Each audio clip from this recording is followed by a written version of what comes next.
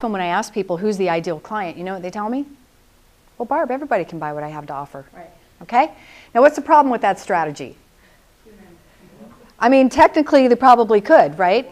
But the problem with that is I believe that if you are marketing to everyone, you are marketing to no one. Okay? And so one of the things that I learned early on is that you want to, and that's what we're going to talk about in terms of branding, you want to establish a niche for yourself, and then you want to dominate.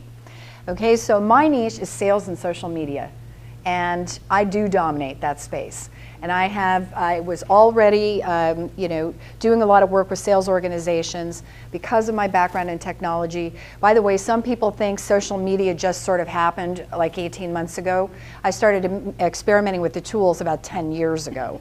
Okay, so they have been developing and following a normal technology adoption phase and course, and now we're kind of reaching a point where we're starting to see more. I wouldn't say we're at the mass adoption point. We are at the point where people know they need it, so it's been coming on for a while. But I decided 5-6 years ago, actually closer to 7, that I was going to put a stake in the ground and I was going to be the gal known for social selling, sales and social media.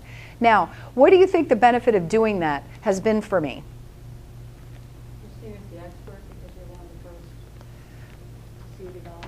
That's right, and at this point, I am one of a handful nationally who are even well versed in this notion of social selling, and it also doesn't hurt that I think, the only woman at this point, okay? So the other thing it can do for you when we talk about you and your brand, it makes it easy for people to know how to send clients to you. That's the other thing. So if you're looking for referral opportunities, and I learned this kind of early. I would talk to people, and I thought, geez, Ellen knows what I do, so she knows how to refer clients. And then every once in a while, something would happen, and friends would say, oh yeah, I just connected so and so, and I'd say to myself, but I do that work. So how come you didn't think of me? And so I took a lot of responsibility for making sure that I was very crystal clear so people know how to refer business to me.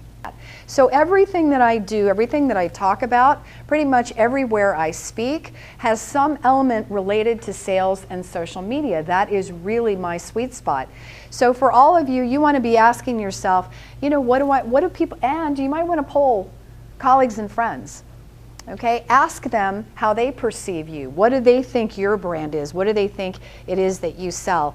The other thing is then you want to be able to measure whether or not that activity is working. The other thing it leads to then is positioning. People talk about the elevator pitch. The idea is kind of what's your story? What are you involved in? And then you have to ask yourself, is everything that you do, from your personal presence to how you speak, how you write, what your website looks like, what your online presence looks like, are those things consistent? Is your message consistent? Okay? So that's one of the reasons why it's so important for you to kind of go narrow and deep. I work with a lot of salespeople. They have a difficult time with that. They want to sell to everybody. But the reality is you'll waste a ton of time doing that. And if you can really clarify who you are, what you deliver in terms of value and results, then you've got a brand that people will remember and they will think of you often, okay? But the big thing is, how are you different? Is your message clear? And then are you consistent in that message? How are you different is really important. I kind of deal with this now. Technically, yes, but not really. So if you Google today, social media expert, you will find about 1.9 million people who are now calling themselves a social media expert.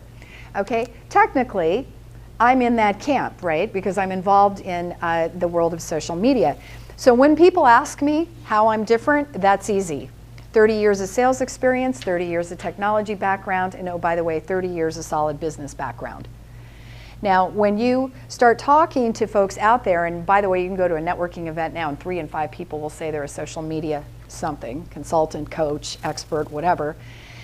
Dig a little deeper. Many of them don't have tech background prior to 6-7 months ago.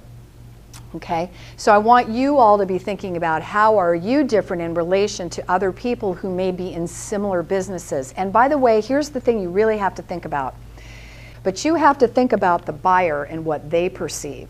So in my case, they might lump everybody into one bucket with respect to social media, and I have to be thinking about that, just like you do. So, you know, I'll talk to folks and they might be in coaching businesses and they may coach in a particular area, but the truth is a lot of people out there would say a coach is a coach is a coach.